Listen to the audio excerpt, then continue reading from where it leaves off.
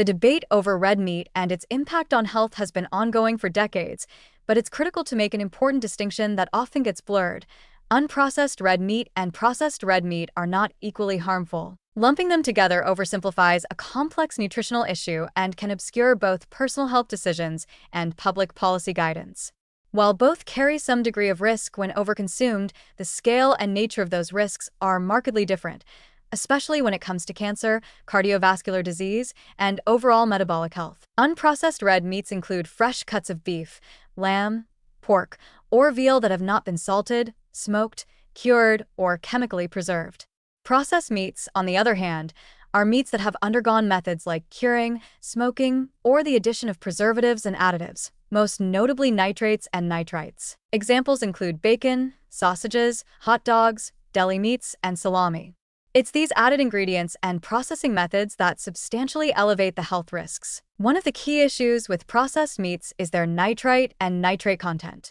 These compounds are added to preserve color, extend shelf life, and enhance flavor, but in the human body, especially when heated, they can form atrociamines, potent carcinogens linked strongly with colorectal cancer. This is one of the main reasons why the World Health Organization classified processed meat as a Group 1 carcinogen, meaning there is sufficient evidence that it causes cancer in humans. That classification puts it in the same risk category as smoking, not because it's as dangerous in magnitude, but because the causal relationship is considered certain. Red meat, by contrast, is classified as a Group 2A carcinogen, which means it is probably carcinogenic to humans.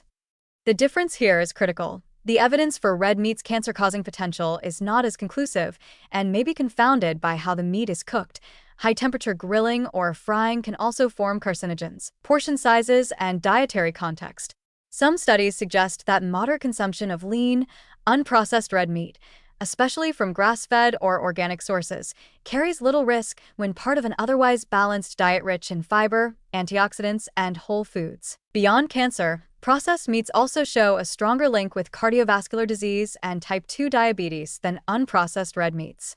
Meta-analyses consistently show that even small daily servings of processed meat are associated with higher mortality rates, increased blood pressure, and worse lipid profiles. This is due not only to nitrites but also to their high sodium content, pro-inflammatory fats, and lack of beneficial nutrients.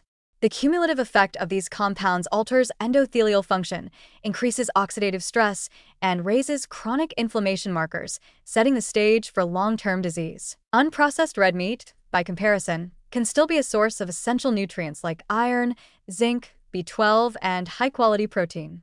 The problem arises more from quantity and context than from inherent toxicity.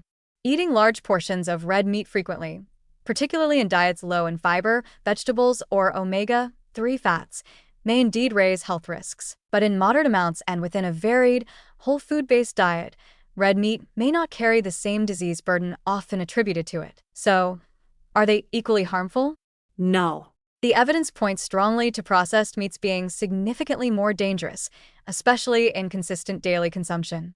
Red meat can pose health risks, but these are often dose-dependent and influenced by other dietary and lifestyle factors. Processed meat, however, is problematic even in small amounts, and unlike unprocessed meat, the harm is not just from fat or protein content, but from the chemicals introduced through processing. This doesn't mean unprocessed red meat is a free pass, especially for people with existing heart conditions or those at high risk of colon cancer.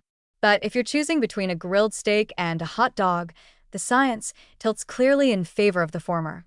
The safest course? Treat processed meats as a rare indulgence, not a dietary staple, and consider red meat as an occasional part of a well-balanced, plant-rich eating pattern. Understanding the differences isn't just a matter of technicality. It's a vital step towards smarter, more informed nutrition choices in a world increasingly dominated by industrialized food.